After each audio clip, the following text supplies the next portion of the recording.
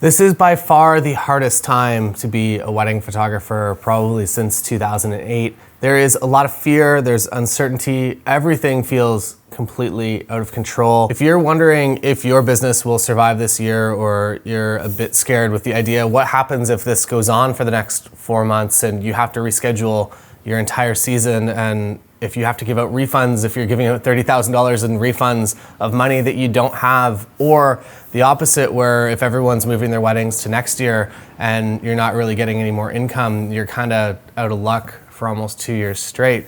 Sounds like a little bit of a nightmare situation, and it's easy to understand that it will put you into a scarcity mindset. We've seen this all over the media with people, for some reason, just buying up all the toilet paper available. But now when you're at the store and you see toilet paper, you're inclined to buy it, not because you're a crazy person and you believe that you should be hoarding toilet paper, but because it is such a scarce resource. It's a bit of a weird mindset shift. You probably came into 2020 with all kinds of plans and strategies and exciting new things that you're gonna do in 2020, and then the world just kind of flipped absolutely everything on you, and now you're kind of backpedaling, just trying to stay afloat with everything uncertain around you. This really is a challenging time to be a wedding photographer. You may have noticed your local venues have probably canceled or pushed weddings at least a month out, already creating some chaos in the marketplace and uncertainty for your couples and uncertainty for the staff at those venues and all other vendors. I'm going to teach you what you need to know to overcome this situation. It's a step-by-step-ish guide